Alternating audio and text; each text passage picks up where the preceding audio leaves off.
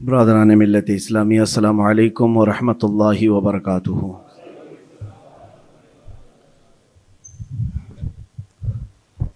الحمد للہ وکفا وسلام علی حبیبہ المصطفیٰ، اما بعد فاعوذ باللہ من الشیطان الرجیم، بسم اللہ الرحمن الرحیم۔ ان اللہ اشتری من المؤمنین انفسهم واموالهم بان لهم الجنہ یقاتلون فی سبیل اللہ فیقتلون ویقتلون وعدا علیہ حقا فی التوراۃ والانجیل والقرآن ومن اوفى بعہدہ من اللہ فاستبشروا ببیعکم الذی بایعتم بہ وذلک هو الفوز العظیم۔ صدق اللہ مولانا العظیم۔ بارگاہ رسالت معاب صلی اللہ علیہ وسلم میں درود پاک کا ہدیہ پیش کریں۔ اللہم صلی علی سیدنا و مولانا محمد معدن الجود والکرم وآلہ واصحابہ الکرام وابنہ الکریم وبارک وسلم صلاۃ دائمۃ سرمدا ابدا۔ میں معذرت خواہ ہوں، حضرت علامہ مولانا نعیم صاحب آپ کے خطیب و امام آپ کے درمیان بیان فرما رہے تھے، درمیان میں حاضر آ گیا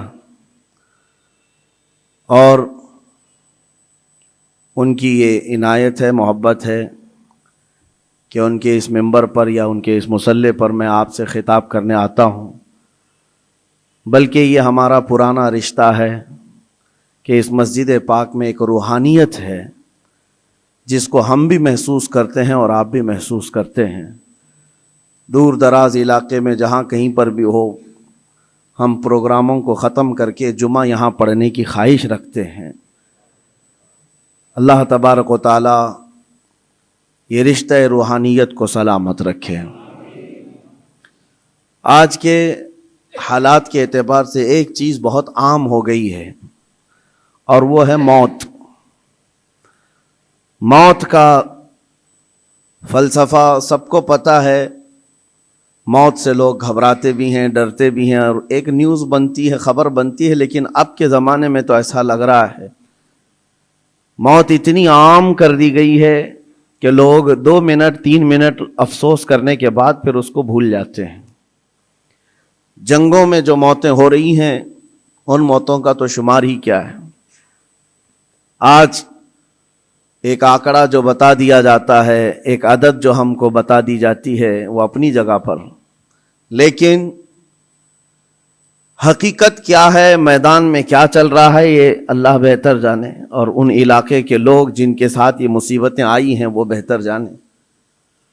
عزیزان گرامی وقار، پوری دنیا میں ظاہر سی بات ہے آج بھی سینسیٹیو لوگ موجود ہیں، حساس لوگ موجود ہیں جو موت کو کیا زخم کو بھی برا سمجھتے ہیں۔ ظلم کے طریقے سے مارا ہوا زخم، اس کی ہر آدمی نندا کرتا ہے، مخالفت کرتا ہے۔ موت تو بڑی چیز ہے، لیکن ہم نے دیکھا ہے کہ ایک جانور کے بچے کو بھی اگر کوئی مارے تو آج جانوروں کے رائٹس کے، ان کے حقوق کی تنظیمیں موجود ہیں جو ان کی حفاظت کے لیے آگے بڑھتے ہیں اور پھر آواز اٹھاتے ہیں۔ بلکہ آپ اگر کسی جانور کو مارتے ہوئے دیکھے گئے تو یہ تنظیمیں آپ کو جیل تک پہنچا سکتی ہیں۔ ان کے حقوق کی آواز اٹھانے والے بھی موجود ہیں، بلکہ انوائرمنٹ کے لیے بھی تنظیمیں موجود ہیں۔ درخت کو کاٹنے نہیں دیا جاتا کہ اگر پیڑ پودے بھی کوئی کاٹ رہا ہے تو اس کے لیے بھی سخت قانون ہے، بلا وجہ اگر کوئی کاٹ رہا ہے تو اس کو جیل بھی ہو سکتی ہے، اس کا ریپلیسمنٹ چاہتی ہے دنیا۔ پیڑ پودے پتے اور جانوروں کو کاٹنے کے لیے بھی منع کیا گیا اور ان کی حفاظت کے لیے تنظیمیں موجود ہیں، تو پھر انسانوں کی زندگیوں کی حفاظت کے لیے بھی آلریڈی موجود ہیں، ایسا نہیں ہے۔ لیکن دوہرا معیار ہے پوری دنیا میں۔ عام انسان جس کا تعلق اسلام سے نہیں ہے وہ مرے تو پوری دنیا چیخ اٹھتی ہے، اس کے موت کے لیے آواز اٹھاتی ہے، اس کے انصاف کی بات کرتی ہے۔ لیکن اسی دنیا کا دوہرا معیار یہ ہے کہ مسلمان بچے قتل ہو جائیں، مارے جائیں، تو پھر اس کے لیے وہ ایسا پیش کرتے ہیں جیسے ان کو سانپ سونگھ گیا ہو، کوئی رحم نام کا جذبہ ہی نہیں رہ گیا۔ کسی کے دل کے اندر سے یہ ہوک اٹھتی ہوئی نہیں دکھائی دیتی کہ کم از کم اسلام دشمنی اور سب چیزوں کو بالائے طاق رکھ کر کے انسانیت کے نام پر کوئی بات کرتا کہ 6 ماہ کے بچوں کا کیا قصور ہوتا ہے، 1 سال کے بچے دودھ پیتے بچوں کا کیا قصور ہوتا ہے، ان لوگوں کو جس طرح سے تہ تیغ کر دیا گیا، مار کر ختم کر دیا گیا۔ عزیزان گرامی وقار، یہ پوری دنیا میں آج جو چل رہا ہے اس پر میں کچھ باتیں عرض کرنا چاہتا ہوں۔ موت کسی بھی زمانے میں عام نہیں ہے، بلکہ ایک بڑا حادثہ سمجھا جاتا ہے اور اس کی نندا کی جاتی ہے، اس کی مخالفت کی جاتی ہے جو زبردستی کسی کا قتل کیا جائے۔ یہ اور بات ہے کہ دنیا طاقت کی پجاری ہے، دولت کی پجاری ہے، جس کے پاس زیادہ طاقت ہے، جس کے پاس زیادہ دولت ہے، لوگ اس کی حمایت میں کھڑے ہوتے ہیں۔ مظلوموں کے حق میں کھڑے ہونے والی جماعتیں بہت کم ہوتی ہیں۔ لیکن ان تمام معاملات سے ہٹ کر میں آپ سے گفتگو یہ کرنا چاہتا ہوں، جتنی بھی اسلام پر موتیں ہو رہی ہیں، ظلماً قتل کیے جا رہے ہیں، ایک بات یاد رکھو، اسلامی ایک جذبہ موجود ہے ہمارے ہاں، وہ شہادت کی موت پا رہے ہیں۔ شہادت ایک درجہ ہے، اور جب یہ چیز آپ کے تصور میں آ جائے تو میرے عزیزو ہم بھی یہ محسوس کریں گے کہ اللہ کریم ہم سب کو شہادت کی موت نصیب فرمائے، کیونکہ شہادت ایک مقام کا نام ہے، ایک مرتبے کا نام ہے۔ جو شہید ہوتا ہے اسلام میں اس کا بڑا رتبہ ہے۔ نبی پاک صلی اللہ تعالی علیہ وسلم نے تو فرمایا، نبیوں اور شہیدوں کے درمیان صرف 1 درجے کا فرق ہے، 1 درجے کا فرق ہے۔ جو شہید ہوتا ہے وہ اللہ تبارک و تعالیٰ کی جنت میں اسی مقام پر ہوتا ہے جہاں اللہ کے نبی ہیں۔ انبیاء کرام علیہ السلام کا جو جنت میں مقام ہوتا ہے اس سے 1 درجہ نیچے شہیدوں کا مقام ہے۔ شہداء اسلام، ان کی ایک عظیم تاریخ ہے، اور شہید کیوں کہا جاتا ہے اور شہید ہوتا کون ہے، یہ تھوڑی سی ڈیفینیشن معلوم ہونا چاہیے۔ شہید 3 قسم کا ہے، شہید حقیقی ہے، شہید فقہی ہے، شہید حکمی ہے۔ یعنی حقیقی شہید وہ ہے جو اللہ کی راہ میں کافروں کی طرف سے، دشمنوں کی طرف سے ظلماً قتل کر دیا گیا اور اس پر کوئی دیت واجب نہ ہوئی ہو، خون بہا اس کا نہ دینا پڑا ہو۔ اس طرح کے جو شہید ہے اللہ کی راہ میں مارا گیا وہ حقیقی شہید ہے، جس کی فضیلت میں قرآن میں اللہ نے فرمایا وَلَا تَقُولُوا لِمَنْ يُقْتَلُ فِي سَبِيلِ اللَّهِ أَمْوَاتٌ بَلْ أَحْيَاءٌ وَلَكِنْ لَا تَشْعُرُونَ۔ جو اللہ کی راہ میں مارے جائیں انہیں مردہ مت کہو، وہ زندہ ہیں، تمہیں اس کا شعور نہیں۔ اللہ قرآن میں فرماتا ہے وَلَا تَحْسَبَنَّ الَّذِينَ قُتِلُوا فِي سَبِيلِ اللَّهِ أَمْوَاتًا بَلْ أَحْيَاءٌ عِنْدَ رَبِّهِمْ يُرْزَقُونَ۔ جو اللہ کی راہ میں قتل کیے گئے ان کو مردہ گمان بھی مت کرو، وہ اللہ کی بارگاہ میں زندہ ہیں اور انہیں رزق بھی دیا جاتا ہے۔ یہ شہیدوں کے متعلق قرآن کی صاف 2 آیتیں موجود ہیں، یہ شہید حقیقی کے بارے میں۔ ویسے شہید حکمی بھی ہے، 7 قسم کے الگ الگ ہیں۔ جیسے نبی کریم صلی اللہ تعالی علیہ وسلم نے فرمایا، دیوار کے نیچے دب کر کے کوئی مر گیا، آگ میں جل کر کے کوئی مر گیا، پانی میں ڈوب کر کوئی مر گیا، خودکشی کی بات نہیں، حادثے سے خود جلا کر کے مرا ہے، خود پانی میں کود کے مرا ہے، اس کے لیے نہیں، حادثے سے آگ میں جل کر مر گیا، یا پھر پانی میں غرق ہو گیا، یا پھر کسی بڑے حادثے میں، یا نیمونیا کی بیماری جس کو ذات الجنب کہا جاتا ہے، اس میں اگر کسی کا انتقال ہو گیا، یا پیٹ کے درد میں کوئی انتقال کر گیا، یا وہ عورت جو بچہ ہونے کے وقت انتقال کر گئی، ان سب کو شہید کا درجہ دیا جا رہا ہے۔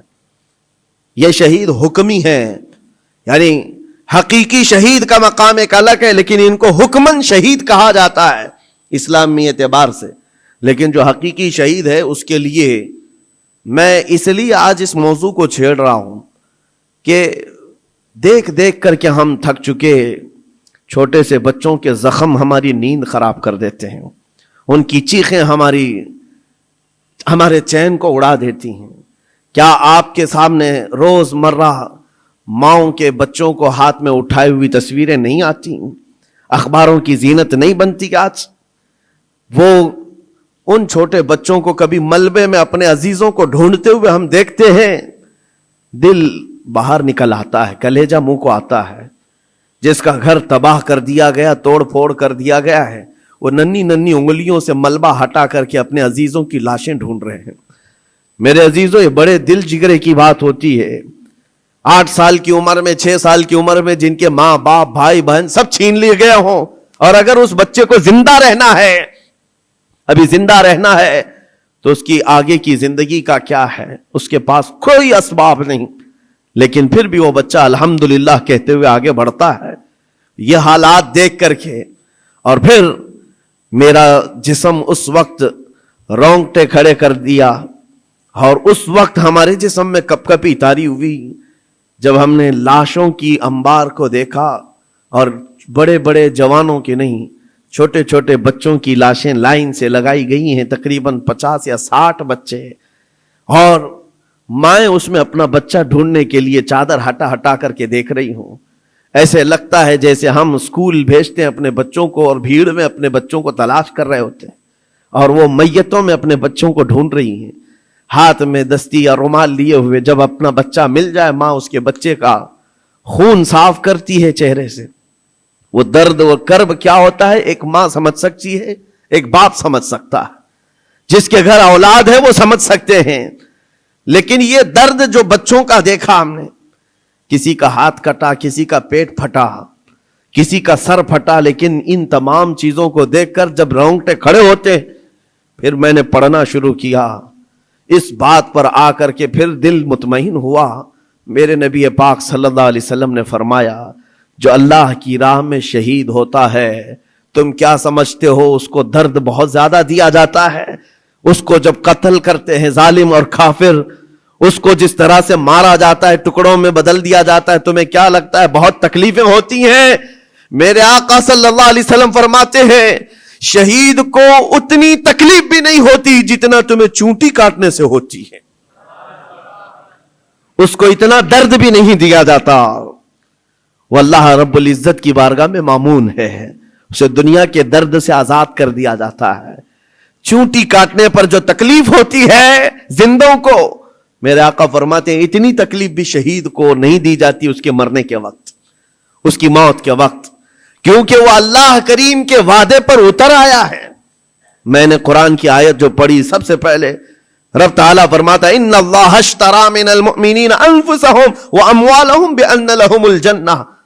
اللہ تعالیٰ نے بندوں کے ساتھ ایک سودا فرمایا, ایک سودا کیا. کیا ہے؟ رب فرماتا ہے اللہ نے مومنوں سے ان کی جان اور ان کے مال کے بدلے انہیں جنت بیچ دیا. یعنی خریدار ہیں یہ شہید, اللہ رب العزت کی جنت کے خریدار ہیں, لیکن بدلے میں قیمت انہوں نے کیا دی ہے؟ اپنی جان دی ہے. اللہ کریم کی بارگاہ میں اپنی جان پیش کر کے اس وعدے کو حاصل کیا ہے. یقیناً میرے عزیزو, رب تبارک و تعالیٰ کے وعدے کو حاصل کرنے والی یہ جماعت شہیدوں کی, یہ عام لوگوں میں نہیں ہوتی, عام انسانوں میں نہیں ہے. یہ مقام کا اس کی عظمت جسے پتہ چل جائے اس کے دل سے خوف خطر ختم ہو جائے. میرے آقا صلی اللہ تعالیٰ علیہ وسلم فرماتے ہیں جنت میں سب چلے جائیں گے, جو جنتی ہوں گے قیامت کے دن, جن ایمان والوں کو جنت میں جانے کی بشارت ہوگی وہ جنت میں جا چکے ہوں گے. اور کوئی جنتی مومن ہرگز یہ نہیں چاہے گا کہ جنت سے باہر نکل کر کے آئے, کوئی نہیں چاہے گا. مگر میرے آقا فرماتے ہیں صرف شہید ایک ایسا ہوگا, شہید صرف ایسا ہوگا جو اللہ کریم کی بارگاہ میں یہ عرض کرے گا, مولا پوچھے گا اے شہید تجھے اور کسی نعمت کی ضرورت ہے جنت میں؟ وہ کہے گا کہ مولا بس ایک ہی خواہش ہے, دنیا میں تو پھر بھیج, پھر تیرے نام پر قتل ہو کر کے آؤں, پھر تیرے نام پر مر کر کے آؤں, پھر مجھے دنیا میں بھیج, پھر تیرے نام پر مر کر کے آؤں. اس لیے کہ شہادت میں جو لطف ہے وہ مجھے یہاں نہیں ملتا. عزیزان گرامی, یہ صرف شہید کے بارے میں میرے آقا صلی اللہ علیہ وسلم نے فرمایا, اور یہ فضیلت بیان کر کے خود میرے آقا فرماتے ہیں, حضرت ابو ہریرہ رضی اللہ تعالیٰ عنہ سے روایت ہے, بخاری شریف کی حدیث ہے, فرماتے میرے آقا میری خواہش ہے کہ اللہ کی راہ میں قتل کیا جاؤں, پھر زندہ کیا جاؤں, پھر قتل کیا جاؤں, پھر زندہ کیا جاؤں, پھر قتل ہوں, پھر زندہ ہو جاؤں, اور اسی میں اللہ کی رضا حاصل کر لوں. یہ میرے آقا صلی اللہ علیہ وسلم فرماتے ہیں.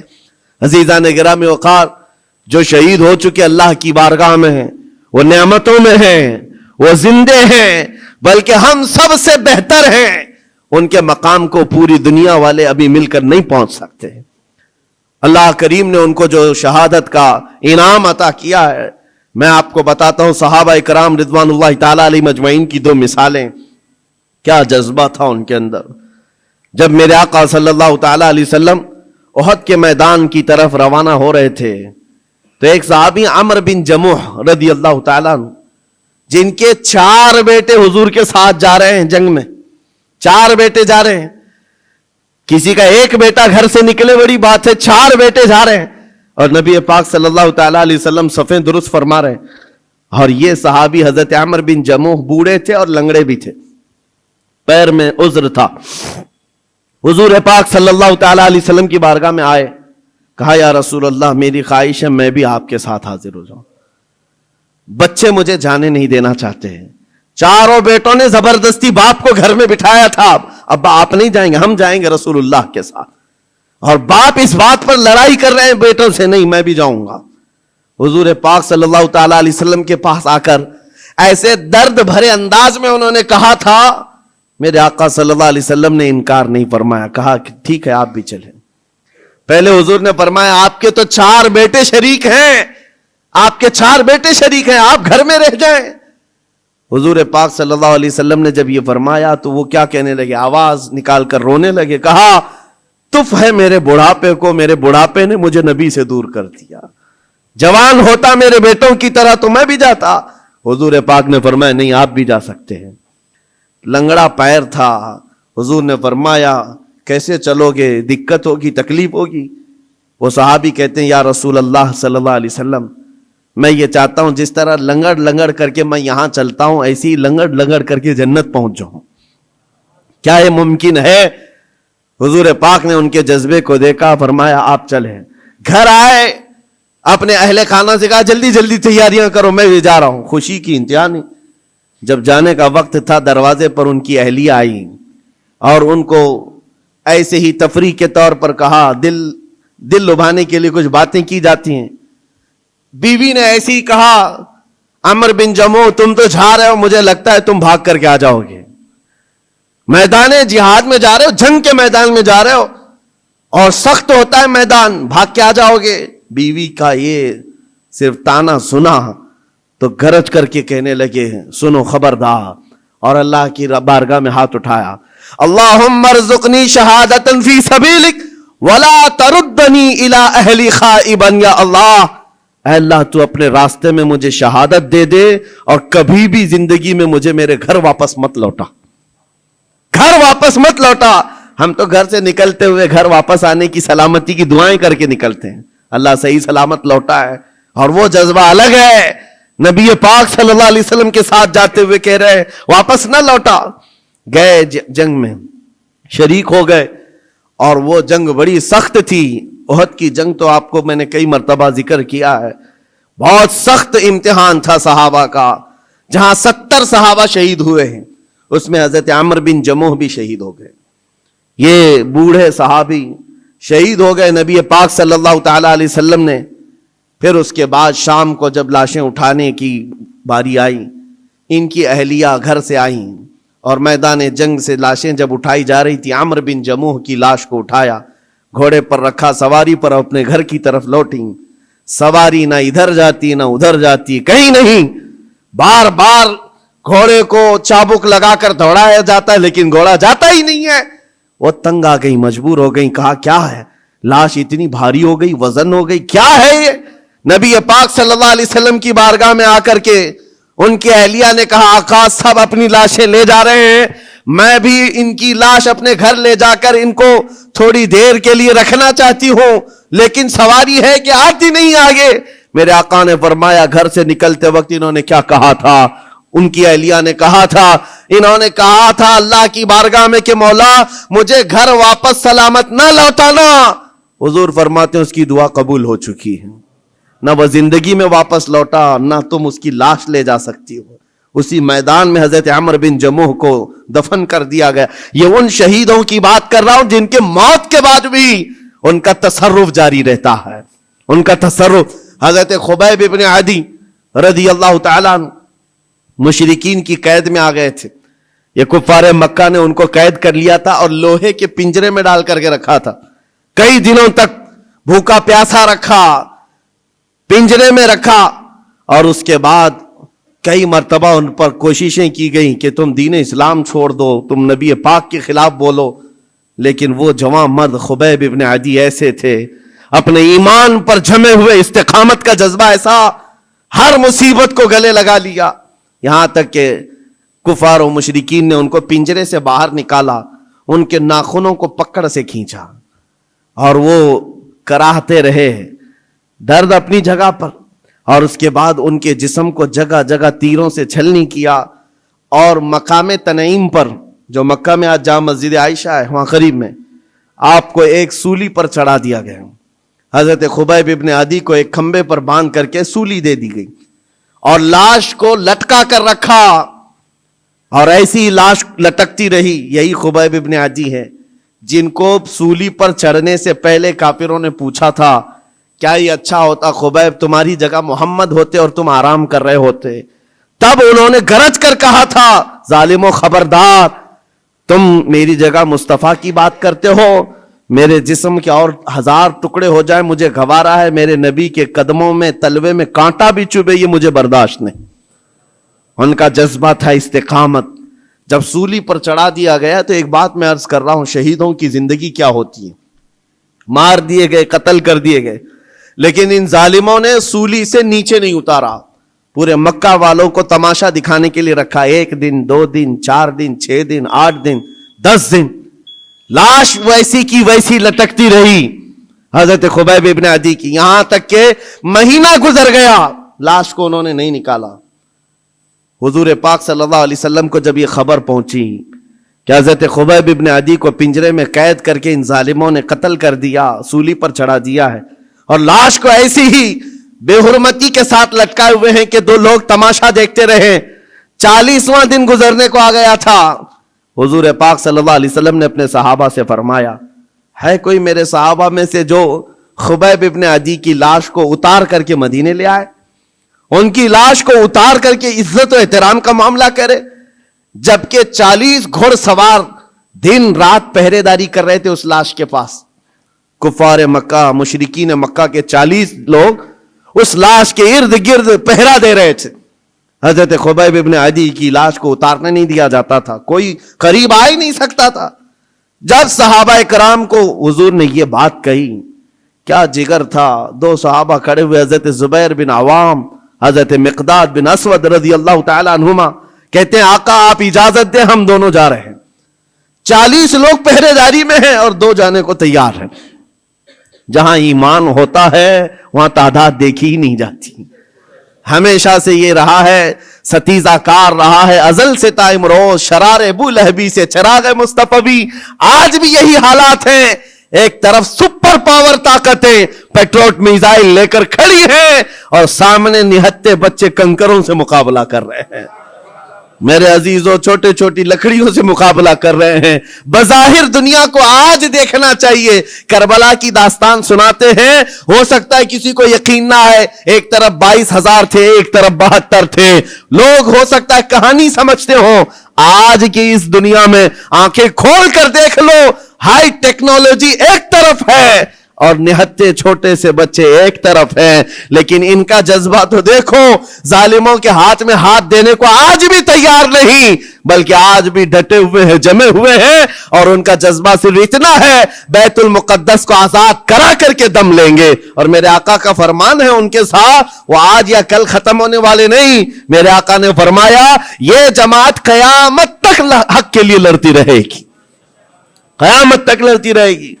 2 صحابہ کھڑے ہوئے، حضور کی اجازت لے کر کہا ہم جاتے ہیں حضرت خبیب ابن عدی کو لانے کے لیے، اور 2 گھوڑے دوڑاتے ہوئے پہنچے مکہ۔ جب مکہ پہنچے جہاں سولی چڑھائی گئی تھی، 40 لوگ پہرے داری میں ہیں، ان کے بیچ میں سے جانا اور لانا عام بات نہیں تھی، لیکن جس وقت یہ پہنچے ایک بات یاد رکھو، قرآن میں رب تعالیٰ فرماتا ہے وَمَكَرُوا وَمَكَرَ اللَّهُ وَاللَّهُ خَيْرُ الْمَاكِرِينَ۔ کافر منصوبہ بناتے ہیں، کافر منصوبہ بناتے ہیں، اور اللہ خفیہ تدبیر کرتا ہے، اور اللہ کی خفیہ تدبیر غالب آتی ہے۔ جب مولا چاہے تو سارے پلاننگ فیل ہوتی ہیں، سارے ڈیفنس سسٹم ٹوٹ جاتے ہیں، چرمرا جاتے ہیں، ختم ہو جاتے ہیں، کبھی آپ طاقتوں کے غرور اور نشے کو دیکھ کر کے مروب مت ہونا. اے مومنو، ہمیشہ ایک بات یاد رکھو، جب دنیا اپنے اوج پر پہنچے اس کے باوجود بھی اللہ ہمارے ساتھ ہے، اللہ کی طاقت بھی ہے. نمرود نے اپنے زمانے میں ایک کام کیا تھا، ٹاور بنایا تھا بہت بڑا، اور لاکھوں لوگوں کو جمع کیا تھا خدا سے لڑنے کے لیے، خدا سے لڑنے کے لیے، اور کہا تھا کہ میں خدا سے لڑ کر کے اس کو گرا دوں گا اور موت و حیات اپنے ہاتھ میں لے لوں گا، پوری دنیا کا نظام میں چلاؤں. اور اس وقت یہ اسرائیلی روایات میں آج بھی موجود ہے چیز. اللہ تبارک تعالیٰ نے اپنے فرشتوں میں سے ایک فرشتے کو بھیجا، کروڑوں اربوں فرشتے ہیں اللہ کے، ایک فرشتے کو بھیجا کہ جاؤ دیکھو دنیا میں کیا معاملہ ہے، میرا ایک بندہ مجھ سے لڑنے کے لیے تیاریاں کر رہا ہے. وہ فرشتہ زمین پر آیا، صرف اپنا پر ہلایا، سارا کا سارا دھنس گیا، سب زمین بوس ہو گئے، جتنی فوج تھی ہلاک ہو گئی، کیڑے پڑ گئے اور وہ بھی ختم. میرے عزیزو، رب تبارک و تعالیٰ کی طاقت و قوت کو کوئی پہنچ سکتا ہے؟ ایک فرشتے کو بھیجے، فرشتہ عذاب لا سکتا ہے. اللہ ہے، ابھی بھی ہے، حی و قیوم ہے، جو ہمیشہ رہنے والا ہے. میں جو بات عرض کر رہا تھا، دو صحابہ آئے، 40 لوگوں کے بیچ سے لاش نکالنی ہے، کیسے نکالیں گے؟ لیکن جانتے ہو اللہ تعالیٰ جب انتظامات فرماتا ہے تو راستے بھی کھولتا ہے. جس وقت یہ پہنچے وہ 40 کے 40 مست نیند میں سو رہے، سارے پہرے دار نیند میں ہیں. حضرت زبیر بن عوام، حضرت مقداد بن اسود دونوں گئے، جلدی سے یہ سولی پر چڑھے اور ان کی لاش کو نکالا. حضرت زبیر کہتے ہیں 42واں دن تھا، 40 یا 42 دن ہو چکے تھے. جس وقت ہم نے ان کو رسی سے کھولا، جگہ جگہ سے خون ٹپک رہا ہے اور خون سے کستوری کی خوشبو آ رہی. یہ شہید کی زندگی ہے. 42 دن ہو چکے اور جسم سے جگہ جگہ خون آ رہا ہے اور اس سے کستوری کی خوشبو آ رہی. دونوں صحابہ کہتے ہیں ہم نے ان کی لاش کو اتارا، بالکل تر و تازہ لاش ہے، جسم صحیح سلامت ہے. ارے 12 گھنٹے میں جسم پھولنے لگتا ہے، پکنے لگ جاتا ہے، ہمیں جلدی قبرستان پہنچانا ہے. شہید کی زندگی اور ہے، جو اللہ کی راہ میں قتل ہوا اس کی زندگی اور ہے. اٹھایا اور لے کر کے چل پڑے، اپنی سواری پر لے کر آرام سے چلتے رہے. صبح ہوئی تو یہ کافروں کی نیند کھلی، دیکھا کہ ہے ہی نہیں خبیب ابن عدی. ہلا ہو گیا، پورا ہنگامہ ہو گیا. اور جب قریش مکہ میں یہ بات پہنچی تو سب گرج کر کے کہنے لگے ان 40 کو بھی مارو اور اس کے بعد پہلے اس لاش کو ڈھونڈو. اور تیز گھوڑ سوار دوڑائے گئے، بہت تیز دوڑائے گئے کہ کہیں نہ کہیں یہ مدینے کی طرف لے کر کے گئے ہوں گے، پیچھا کرو. ایک دو نہیں، کئی 100 کی تعداد میں گھوڑے دوڑاتے ہوئے حضرت زبیر حضرت مقداد کے پیچھے آئے اور تھوڑی دور جانے کے بعد وہ گھوڑ سوار ان دونوں کو پا لی. یہ دونوں صحابہ مدینے کی طرف جا رہے تھے لاش لے کر، اور وہ اتنے تیز تھے کہ پہنچ گئے. اور جیسے ہی وہ قریب آئے، حضرت زبیر اور حضرت مقداد دونوں نے یہ لاش کو اٹھائی حضرت خبیب کی اور زمین پر رکھ دیا اور کہا اے اللہ، اس کے بعد تو مالک ہے، یہ تیرا شہید ہے، اس کے بعد تو مالک ہے. حضرت زبیر کہتے ہیں اچانک زمین قبر کی مانند کھلی اور حضرت خبیب اندر گئے اور ان کی قبر بن گئی. نہ کسی نے قبر کھودی، نہ کسی نے قبر میں مٹی دی، زمین خود کھلی، حضرت خبیب اس میں اندر گئے اور قبر بند ہو گئی. کفار سامنے آئے، کہا میں لاش دے دو. حضرت زبیر حضرت مقداد نے کہا کہیں ہے تو لے جاؤ، ہمارے پاس کہیں ہے تو لے جاؤ، اور یاد رکھو میں صفیہ بنت عبد المطلب کا بیٹا ہوں، اگر لڑنا ہے تو مجھ سے لڑو اور تلواریں نکالو. ادھر سینکڑوں کی تعداد میں ہے اور نبی پاک کے 2 شیر ان کو للکار رہے ہیں. تاریخ میں موجود ہے، ایک بھی ظالم سامنے نہیں آیا، تلواریں نیچے کی اور مکہ واپس لوٹ گئے. اعلان ہوا کہ خبیب ابن عدی کو سب جگہ ڈھونڈ لیا گیا، کہیں پر ان کی لاش نہیں ملی ہے. یہ دونوں صحابہ حضور کی بارگاہ میں آئے، عرض کیا آقا یہ ماجرا ہوا ہے. میرے آقا نے کہا وہ بلیع الارض ہے، زمین کا لقمہ ہے، زمین نے ان کو اپنی گود میں چھپایا ہوا ہے، اور یہ شہیدوں کی زندگی ہے. زمین تو زمین ہے، آسمان بھی خواہش کر رہا تھا کہ خبیب میرے پاس آ جائے. زمین چاہتی ہے میرے پاس آ جائے، آسمان چاہتا ہے کہ میرے پاس آ جائے. شہیدوں کی زندگی عام نہیں ہے میرے عزیز، و حدیث پاک میں ہے قیامت کے دن صرف شہیدوں کی جماعت ایسی ہوگی جس حال میں وہ آئیں گے ان کے جسم سے خون کا فوارہ جاری ہوگا. جو شہید قیامت کے دن آئیں گے ان کے جسم پر خون کا فوارہ ہوگا، جگہ جگہ سے خون نکل رہا ہوگا، لیکن حضور یہ بھی فرماتے ہیں دنیا کا خون ہے جو بدبو کرتا ہے، شہیدوں کا خون قیامت کے دن مشک و عنبر کی خوشبو پھیلا رہا ہوگا، مشک و عنبر کی خوشبوئیں دے رہا ہوگا، اور یہاں تک کہ وہ اتنی تیز جنت کے دروازے پر جائیں گے جتنی تیز کوئی نہیں۔ نبیوں کے بعد سب سے پہلے لوگ ان کو دیکھ کر پوچھیں گے یہ کون ہے جو جنت کے دروازے پر سب سے پہلے پہنچے ہوئے ہیں؟ فرماتے ہیں میرے آقا، فرشتے اعلان کریں گے یہ اللہ کی راہ میں قتل ہونے والے وہ شہید ہیں جو یہاں دنیا میں مرے تھے تو ایک آن کے لیے اور اس کے بعد زندہ کر دیے گئے اور ابھی تک ان کو رزق بھی دیا جاتا ہے۔ عزیزان گرامی وقار، یہ باتیں اس لیے مجھے بتانا ضروری ہے کہ مسلمانوں کو ایسا لگتا ہے شہادت کا کانسیپٹ ختم ہو گیا، وہ زمانے میں تھا۔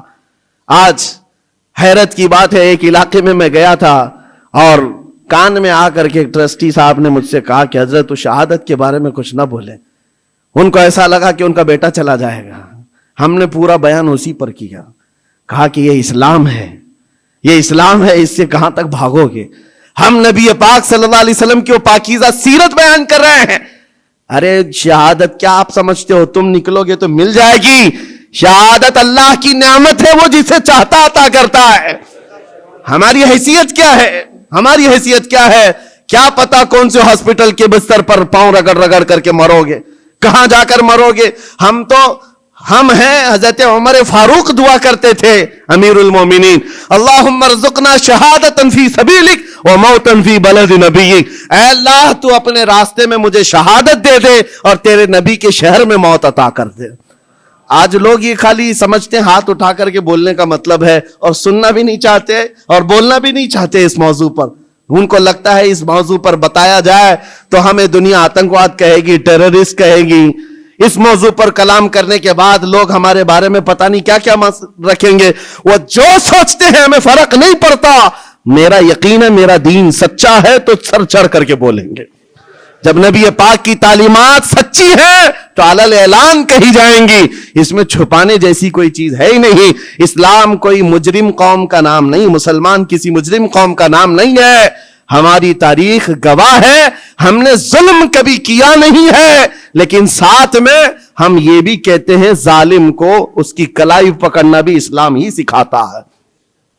ہم ظلم کرنے کی اجازت ہرگز نہیں دیتے، لیکن اس کا مطلب یہ نہیں ہے کہ ظالم کے خلاف بھی نہیں بولتے۔ ہم ظالم کے خلاف ہر زمانے میں بولتے رہیں گے۔ اللہ کریم ہمیں وہی زبان عطا کرے جو حق بولنے والی ہو، اور وہی کان عطا کرے جو حق سننے والے ہوں۔ اور اخیر میں یہی دعا کروں گا، آج غزہ کے فلسطین کے ان بچوں کے لیے میرے عزیزوں دل کشادہ رکھو کہ وہ اللہ کی بارگاہ میں شہید ہیں، اور ان کو تکلیف اتنی بھی نہیں ہوتی جتنا چونٹی کاٹنے کے برابر تکلیف ہوئی ہے۔ وہ اللہ کی نعمتوں میں مزے سے ہیں اور رب تبارک و تعالیٰ کے انعامات و اکرامات میں ہیں۔ کیوں؟ اس لیے کہ ان کا امتحان لیا گیا، ان کی آزمائش ہوئی اور وہ اپنے امتحان میں کھرے اترے تو رب تعالیٰ نے ان کے لیے کیا بشارت دی؟ میرے آقا فرماتے ہیں جنت کے 8 دروازے ہیں، 8 دروازے ہیں، لیکن میرے آقا فرماتے شہید جنت کے جس دروازے سے چاہے اسے داخلہ مل سکتا ہے، وہ جہاں سے چاہے جنت میں جائے، رب کی جنت اس کے لیے کشادہ ہے۔ مولا کریم ہم سب کی زندگیوں کو ایمان و عمل کے ساتھ عطا فرمائے، ایمان پر موت عطا فرمائے۔ مولا ہم سب کو شہادت کا جذبہ عطا فرمائے، ہم سب کو شہید کی موت عطا فرمائے۔ مولا قدیر و جبار احسن الخالقین ان مظلوموں پر جو آج ظلم ہو رہا ہے تو غیب سے ان کی مدد نازل فرما۔ اے اللہ ان کے دشمنوں کو خائب و خاسر فرما دے، ان کے دشمنوں پر زمین کو تنگ فرما دے، ان کے دشمنوں کو ذلیل و خوار کر دے۔ اے اللہ وہ جس طرح ایمان پر جمے ہوئے ہیں ان کے استقامت میں مزید طاقت عطا فرما۔ اے رب ذوالجلال ہم نے زندگیوں میں خوشیاں بہت دیکھی ہیں، ہماری خوشیاں ان بچوں میں تقسیم فرما دے، ان غریب مظلوموں میں ہماری خوشیاں بانٹ دے۔ اے اللہ ہماری دعاؤں کو حضور کے نالین کے صدقے قبول فرما۔ وصلی اللہ تعالی علی خیر خلق محمد وآلہ واصحابہ اجمعین، وآخر دعوانا الحمد للہ رب العالمین۔